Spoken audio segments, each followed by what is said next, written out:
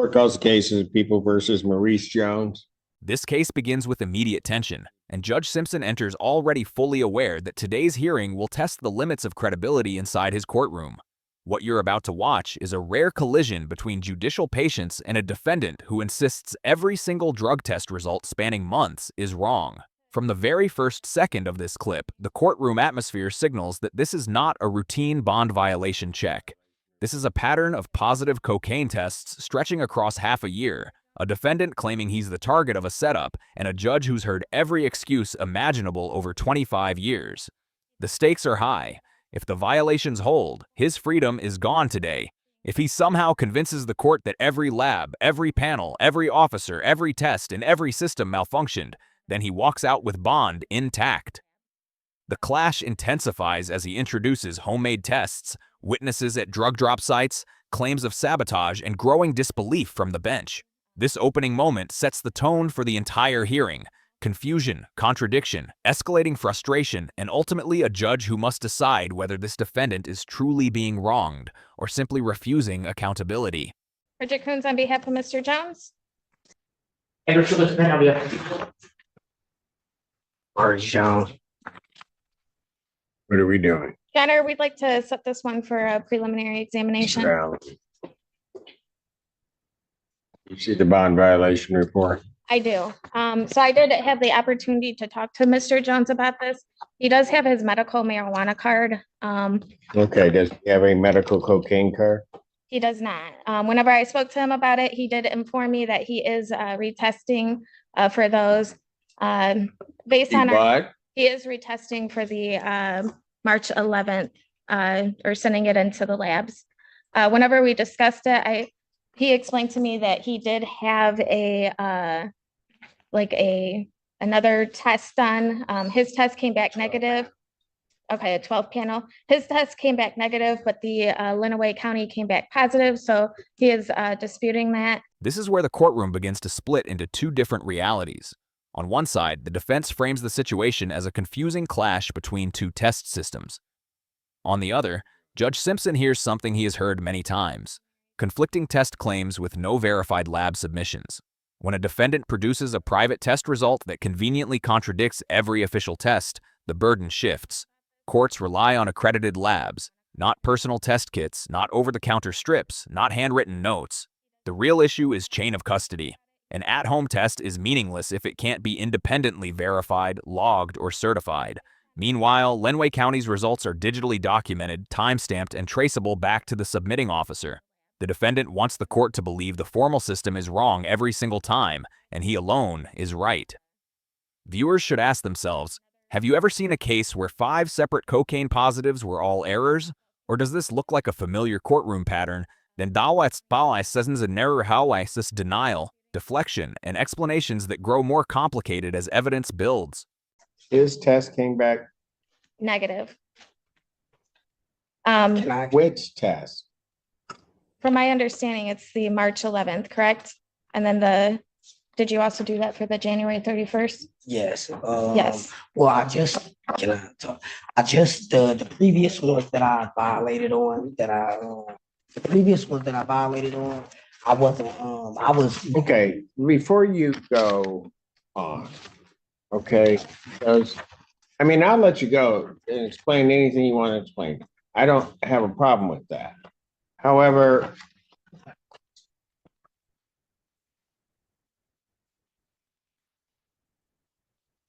looking through your report, you continue to test positive for marijuana, but from September 2023, yes, there was cocaine in your system. yes, November 11th, 2023, cocaine in your system. yes, December 18th, cocaine in your system. January 31st, cocaine in your system. March 11th, cocaine in your system. I'm only think about it. It's a cop where I'm testing that. Pardon? Where I'm testing that in Lenawee County. It's a cop with other matters I'm dealing with, and I'm going through a thing right now where they're setting me up. I started bringing my own panels to the place that I drop at. They use a dip thing, and I use a urine test, and my test came back up negative, and the they test came back up positive. And I'm telling them I never even did cocaine. And I ain't even about to sit right there and try to justify it in court. That's why I accepted one of the violations. But Fresh Hour told me if I honestly didn't do it, fight it. And I never even did know. And it have to be in you. I looked it up, I read about it. So now I started going in there and taking my own test. And I have witnesses with the people that I took the test with at the place just on the 11th. That mine showed negative. I just gave you all of the dates that you tested positive for cocaine. No, but I wasn't smart enough to, well, funds. I just gave you the dates that you tested positive for cocaine. You're telling me that all of those. This is the moment the judge's patience shifts into scrutiny. Judge Simpson lays out each test date, September, November, December, January, March, and the defendant instantly dismisses everyone as incorrect. The judge isn't responding emotionally. He's processing the statistical reality. A false positive is rare but possible. 5 false positives across multiple months and multiple facilities? Nearly impossible. The defendant then escalates his explanation, alleging sabotage, setups, and widespread institutional error.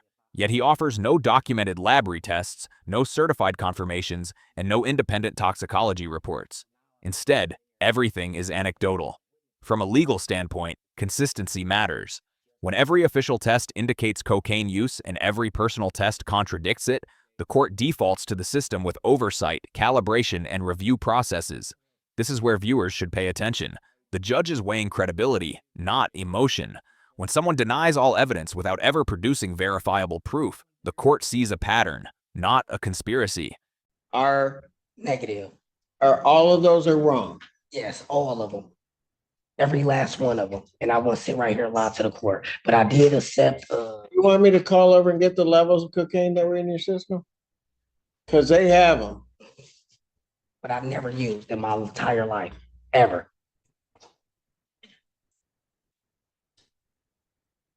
And that's why I wasn't smart enough in the beginning with buying my own tests to go there. I was using them at home. But then on the 11th, I told myself, like, why am I doing them at home? I need to be doing it in front of the people so they can see that, blah, blah, blah. And then the person that tests me there, I dropped with mine, and he tested me with the dipstick, and the dipstick showed that I was positive, and my test showed I was negative. The defendant now attempts to strengthen his credibility by introducing a witness named Mike and claiming that both tests were taken side by side. But again, these are informal tests with no chain of custody and no lab verification. Courts do not base decisions on photos taken at a drug drop site. They rely on scientifically controlled testing performed in secure environments with certified equipment. Another key element, even if this one test were in dispute, the previous 4 positive tests remain untouched. No retests were ordered, no samples were sent to accredited labs, no toxicologist has reviewed anything. The judge is hearing a narrative that gets more complicated rather than more consistent. When a defendant insists he never used cocaine in his life, courts look at the pattern, not the claims. And here, the pattern speaks louder than the defendant's assurances. And he took a picture of it. I got photos of it. His name is Mike. And I never used, and I won't sit right here and lie to the courts. When I drop twice a week for the last. I don't miss a test. So why would I actively use cocaine once a month? I'm from Detroit. Why would I actually use cocaine once a month if I'm an active user? And then I'm going to every court day. I'm going to every schedule. I don't miss one. I'm saying I don't miss a drug test. You don't know Shakespeare, do you? No. I just don't miss a drug test. So I wouldn't come to your court and tell you to your face that I don't do it, but I haven't missed a drug test, but I'm doing cocaine. Like they setting me up, and I'm trying to handle the situation, and I am handling it with the lawyer. I talked to her, and she said she can help me with the matters of up there, but I'm testing there, and they're setting me up, and that's all I can say. Other than that, I've never used in my life, and that's on my son, my mom. But anyway, I've never used in my life ever. By this point, the defendant openly claims a coordinated effort against him. This is a pivotal moment because legally, alleging sabotage is serious. If someone asserts that a testing facility or county officer deliberately manipulated results, they must supply evidence, written complaints, lab audits, witness affidavits, or formal challenges filed at the time of testing. None of that exists here. Instead, the defendant's argument relies entirely on verbal statements. They're setting me up. My tests came back negative. I never used. Judges do not dismiss official results based on uncorroborated narrative, especially after 5 cocaine positives from multiple dates. Judge Simpson, experienced and analytic, recognizes that the explanations don't align with documented results. The emotional intensity rises here because the defendant feels unheard, while the judge sees a lack of tangible proof. This tension is the core of the courtroom drama. 2 completely different interpretations of the same events. Not, you know me, nothing, ever, nothing.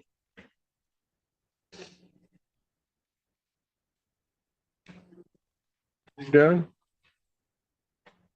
And I ordered a swab, like, cause you know, once you drop. Okay. Your Honor, I advised him that if he wants to dispute them in the future, he has to do that with the Lenawee County, basically send it in for testing. That Lenawee County did what? That he would have to send it in for testing if he wants to dispute that in the future. Is he taking them here or in Lenawee? In Lenawee. And then it's basically getting sent to the community corrections here. Mm-hmm.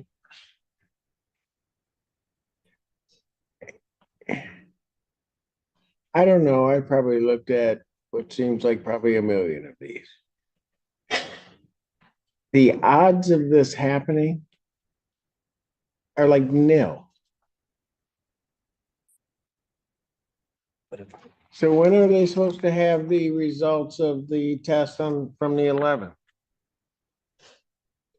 We received any information for that? No, you just told me I had a violation for it. Has he ordered a retesting of that sample? Have you, besides the original test? The one on the 11th? Yeah. Yeah, well, with the dude, Mike, the new dude. Yes, he took What? Yes, with the new dude, Mike. He took a picture of my tests and was supposed to send them in. And it cost $60. Yes. You took a picture of your test. Of mine in the test, sent it to the probation officer or the bonds officer, and yeah, they were supposed to send it out. But I never even knew I had this violation. Because when I left out of the place, we was all good. He would have told me that I dropped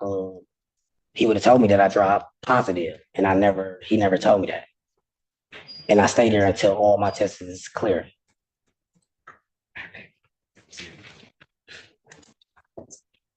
So why is it being sent out to be retested? Yes, it should be. And if it's not, well, hold on. What do you mean it should be? Did you pay the $60? Did you do it? He never told me. Did you do it? No, because he never told me that I was. Hold it. I just thought you told me that he did. I was under the understanding he did. I think that he might. Yeah, well, that's what he also said in his little soliloquy he was giving. No, I know. He told me I was good. He said he would handle it. If Darren said something, that he was going to handle it. So I ain't press the issue because I knew I was clean, and he seen it on the thing. So he told me I didn't. When? He said when? He said young man. March 11th, you test positive for cocaine again. The defendant repeats his denial, but the judge's frustration peaks because of one key contradiction. He claims he didn't know the test was positive, yet earlier he stated that Mike supposedly told him everything was good. If he truly believed he was clean, he would have insisted the sample be sent out immediately for confirmation. Instead, nothing was submitted. No retest, no verification. Legally, when someone disputes a positive test, the responsibility is simple. Request a lab retest immediately, pay the retest fee, and ensure chain of custody is preserved. The defendant did none of these steps. Judge Simpson's reasoning here reflects judicial logic. If someone repeatedly denies using cocaine but produces no evidence and ignores protocols that would clear them, the denial loses credibility. The judge is not attacking him, he's applying legal standards. And when he says this doesn't happen, he means exactly that. 5 false positives are statistically implausible. Want to still be on my system now if I did it that early, or some type of hair follicle blood.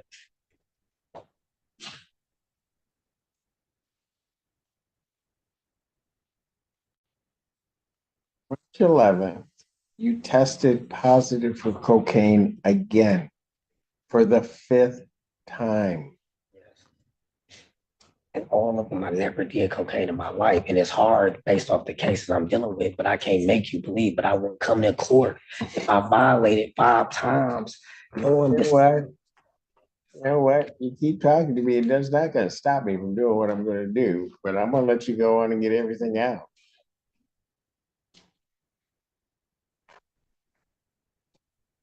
You then told me that you were sending that one in. And now I find out you haven't even sent that test in. And then you're telling me that I didn't know that it was positive and that you didn't know about this. What you're telling me doesn't even make any sense.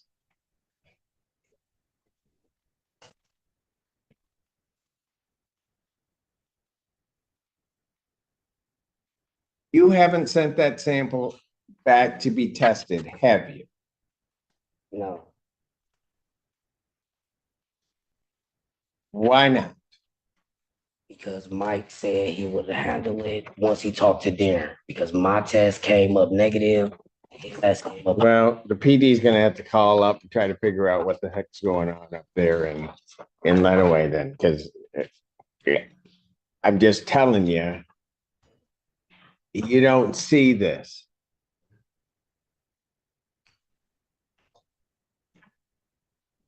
Can I ask you a question since you're the judge? Go ahead. I just want to know how many active users have you seen drop 8 times a month and drop 30 once? I dropped 30 once since. How many active users have I seen do that? Yeah. Like, man, I've been on the bench almost 25 years. How many do you think? Like once. I assume they might drop it twice, 3 times.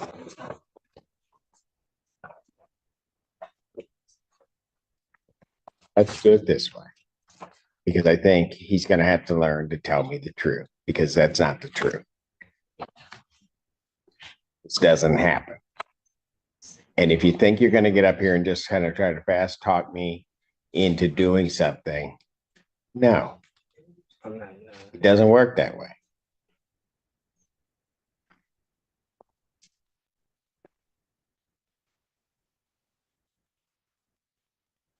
And why would you know anything about active users and how many times they would drop 30 in a month? only because I've been in the system.